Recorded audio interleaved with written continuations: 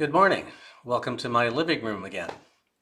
This Saturday, the men of the church were to have a men's breakfast. We were trying to get everybody together to talk about something meaningful in our lives, something going on, and then talk about it, have breakfast together. Well, since the coronavirus, that's not possible. So I thought I'd do a video of what I wanted to talk about. And then I'll send it out, or we'll put it on the web page, and then allow everybody to listen and have conversations on their own. I'm holding up a book here by Thomas Friedman called The World is Flat. This was written in 2005, and it was kind of the first big exploration into the world of globalization.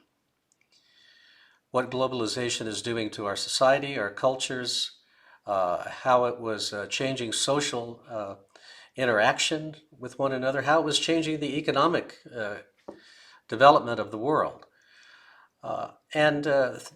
Since then, there's been a lot of writing on globalization and what it means. And we're just living in it. We're a part of it. We may not be shaping it, but we benefit from some of its production, some of its development. At the same time, we're struggling with how to find community in this highly globalized world.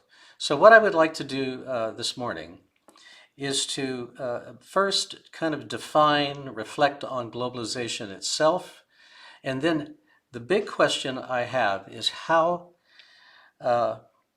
important is religion? Why we need religion in a globalized society, and how it can actually help society gain a new identity.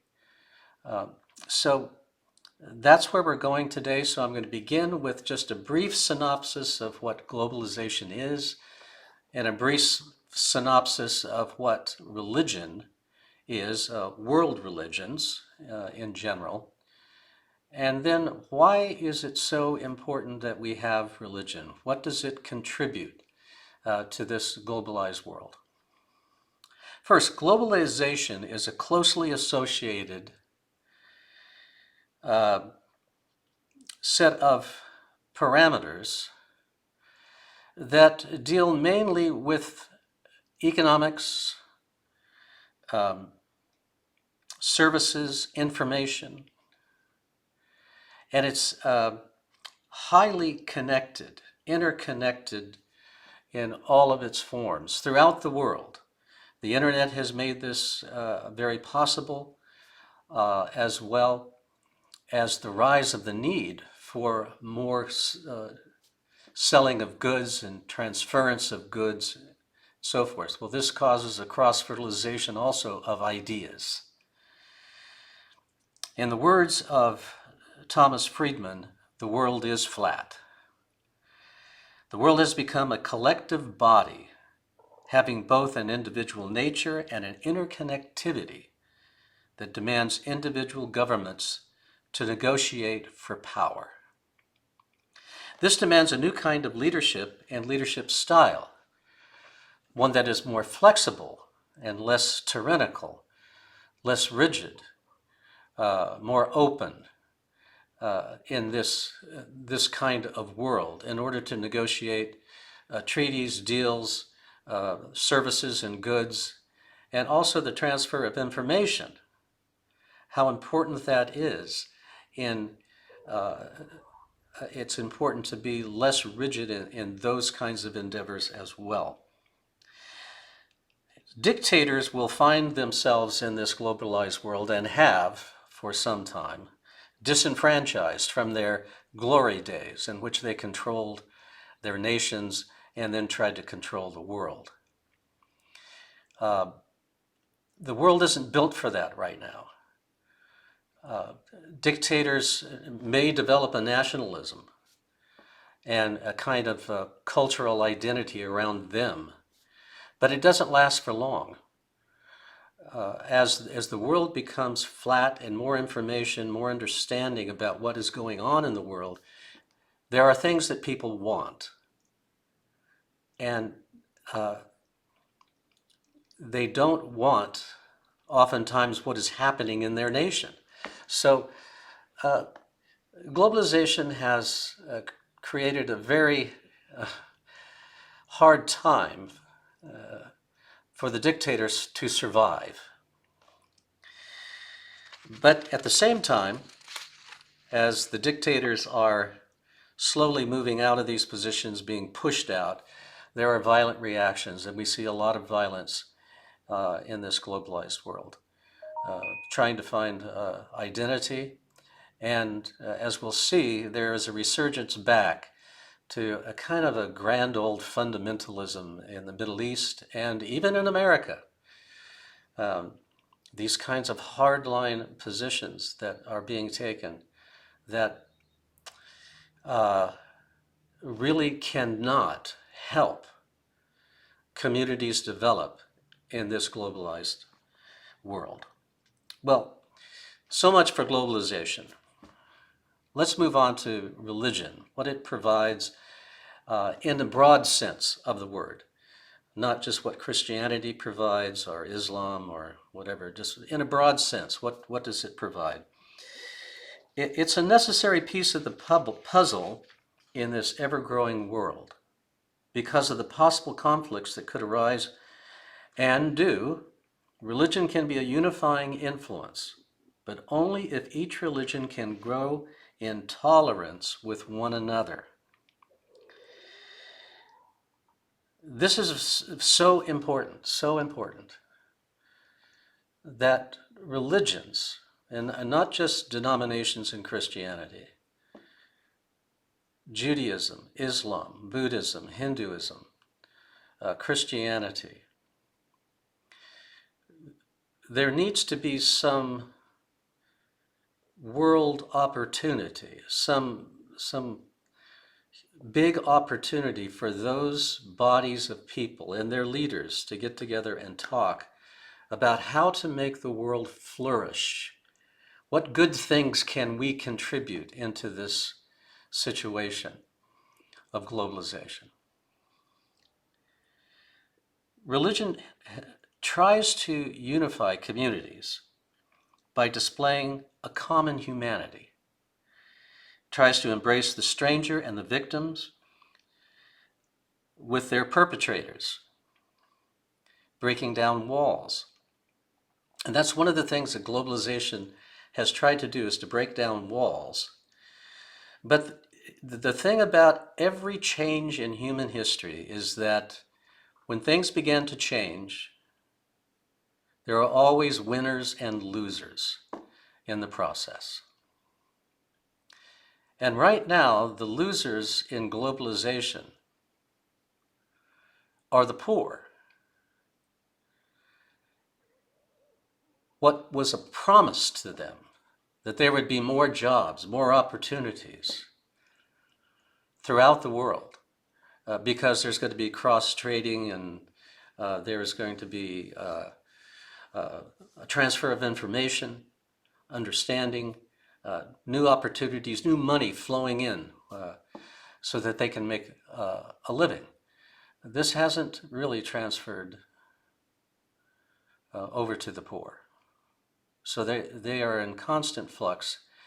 And in many ways, it is those individuals that have become more of the hardliners, both in religion and in society itself, politically. And therefore they react with violence. Forgiveness and hospitality are part of the tools of religion to fulfill its purpose.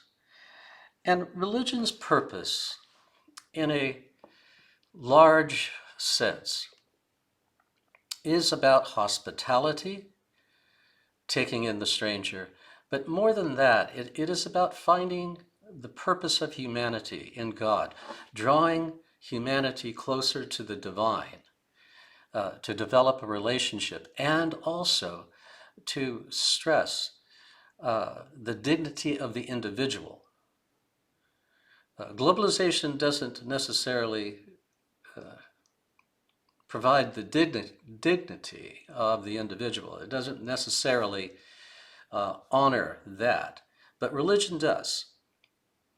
In almost all religions, and indeed there are fundamentalists in each religion that push back on this, and they want their own way, and they try to take over the cultural norms and try to get their own way and push things through, therefore disenfranchising a whole group of people.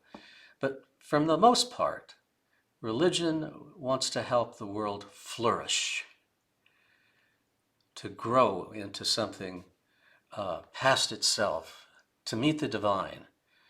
And you find these in Judaism, Islam, Hinduism, Buddhism, and Christianity.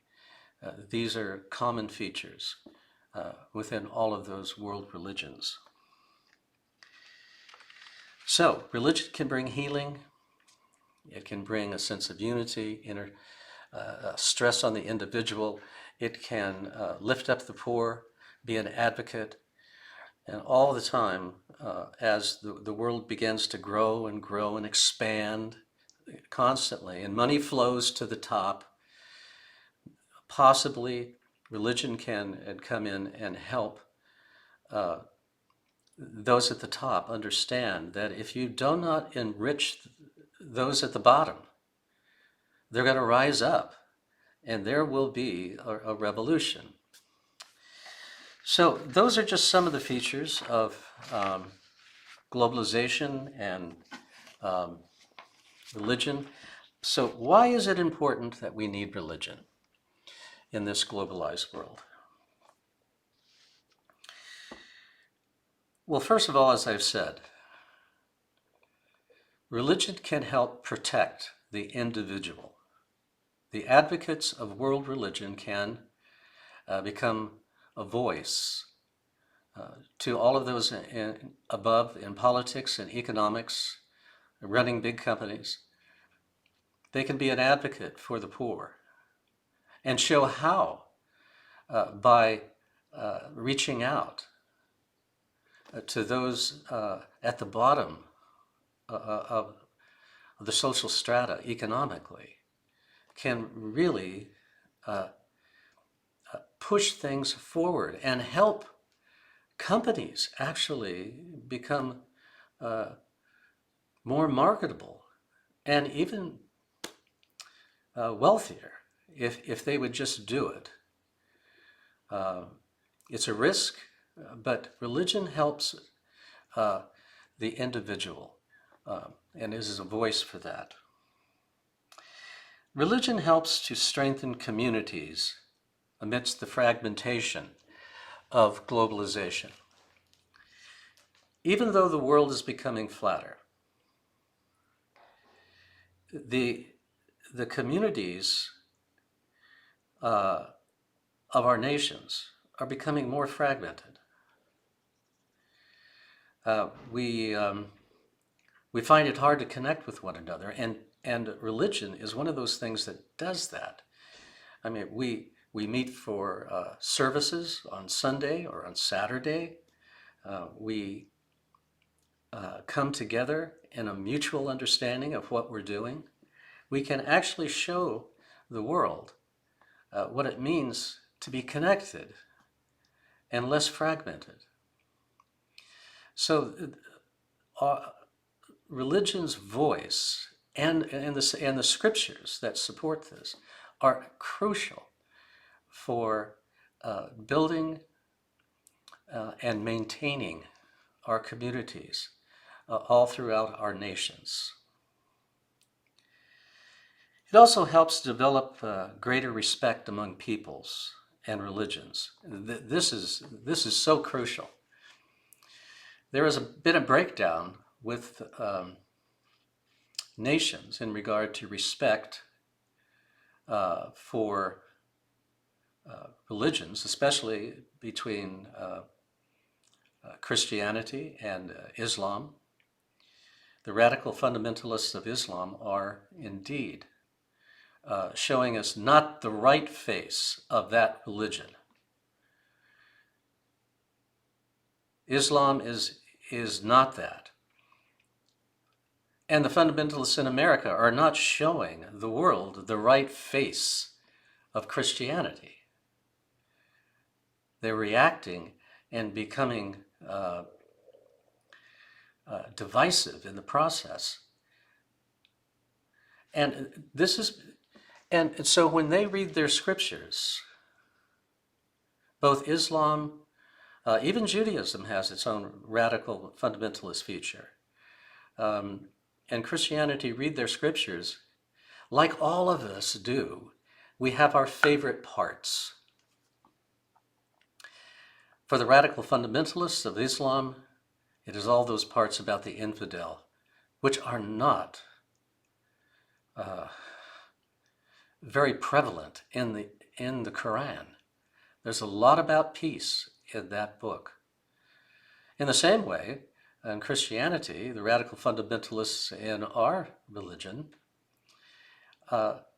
they love to take their parts and call out the thunder and the wrath of God on everyone who, instead of seeing the whole and seeing that God is a patient God and one that is there for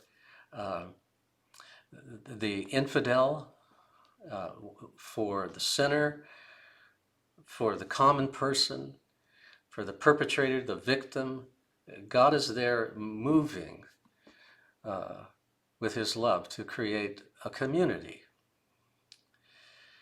So greater respect for peoples of all kinds can be achieved through world religions coming together and finding a way to have their voice heard in the political and economic spheres of life. So religion is really, really important for that. Not to take over that political structure, not to somehow degrade it or whatever, but to stand alongside of it and be a voice in order to encourage something better for all concerned. Well, also it speaks, religion also speaks on behalf of the poor and the lost who are victims of the globalization. There are victims of this globalization, not only economically, but culturally as well. We find so many people, and including myself, that long for the good old days. Me being a child of the 60s, to long for the good old days is to long for that kind of revolution of freedom and independence and carefreeness. But there's other things that I long for, that I wish people would stand alongside and encourage and actually get what's going on. But things are changing at a fast pace, which is another part of globalization. It's changing so fast. We just don't know how to handle things. So religion has a way of helping individuals who are the victims of globalization move past their anger and their hurt and their distrust and their grumpiness and reach out for something that we can achieve. We are not, those of us that long for the good old days, we're not going to get them. We have to let those things go. But we can create the values of those things in a new form, a new way, as we begin to advocate what it means to live in a community and show respect for peoples and also the victims of globalization. By speaking to equal access to goods and human rights, it can decrease violence. One of the things that I've been very impressed with in our own country is many of the pastors standing up and saying that the poor or those on the lower end of the social strata, they have a right for access to these goods and services, like healthcare. And I'm very impressed with that.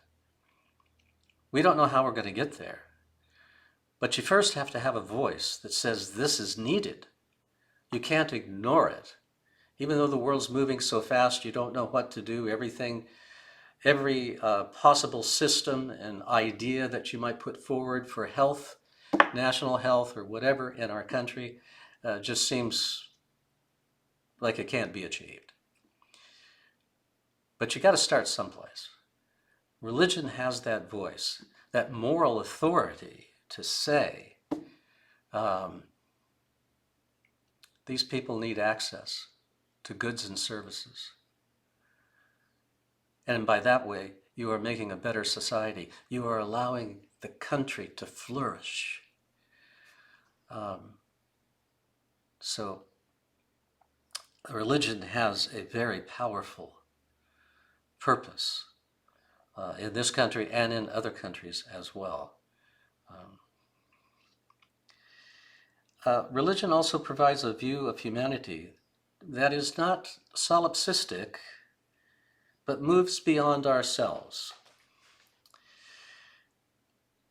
One of the greatest purposes of any religion, all of them, Judaism, Islam, Buddhism, Hinduism, Christianity, all of them they want to move the person to a direct relationship with the divine.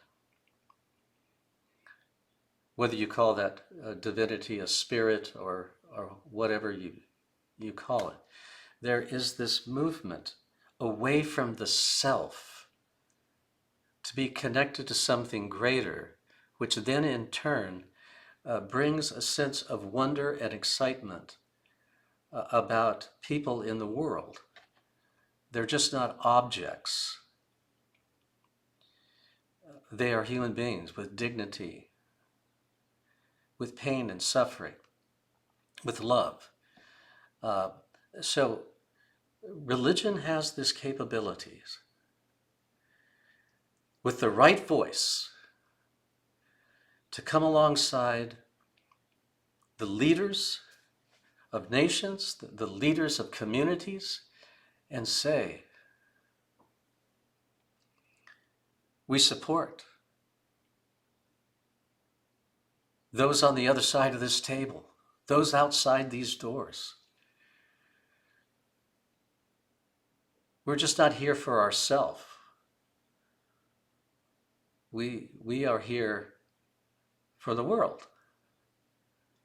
And that kind of moral voice, that kind of voice that is just and kind, moving in sacrificial ways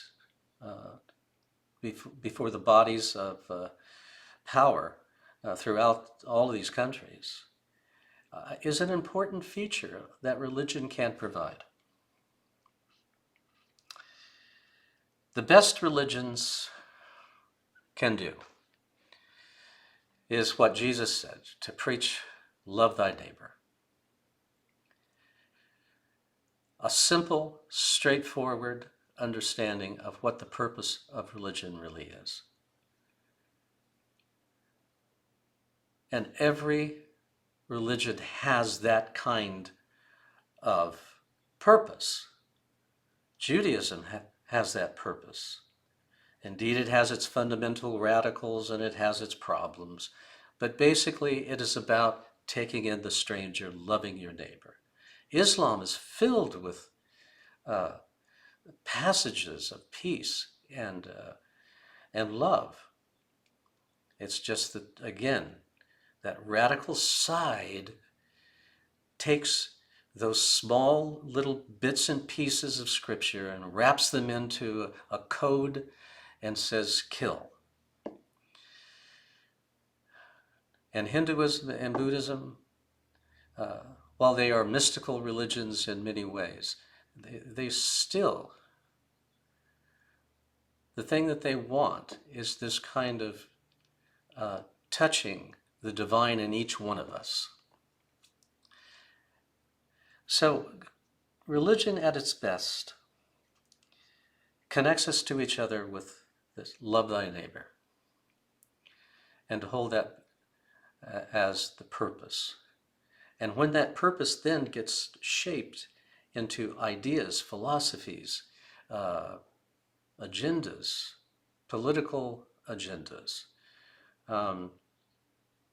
shaping the structures of society, and when all these things began to happen, communities began to flourish, the individual begins to flourish in a globalized society where everything is flat and everything rises to the top, and the winners are winning and the losers are going down.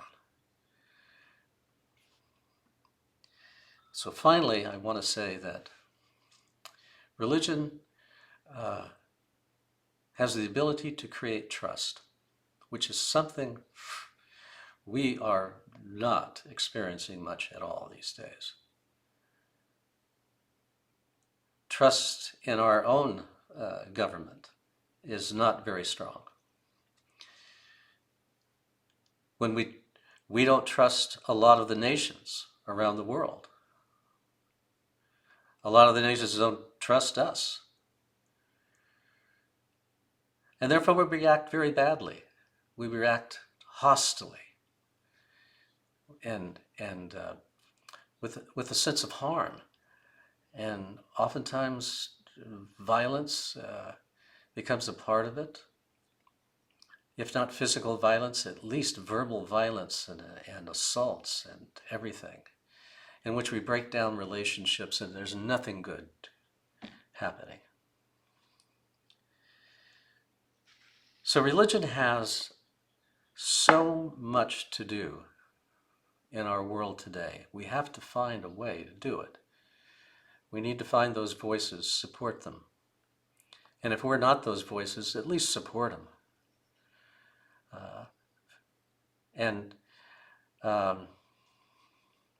They may not be everything that you want, but find the ones that are supporting all the things I mentioned about why religion is important. And maybe some change will begin to happen. Anyway, I wish you all the best. I wish I was there. I wish we were all there in Calvin Hall having breakfast. But at least I got to share some things with you and sit down with you in your house and just share a few things on my mind about how I feel about things in the larger social world that we live in. So thanks for letting me do it, and I will see you soon.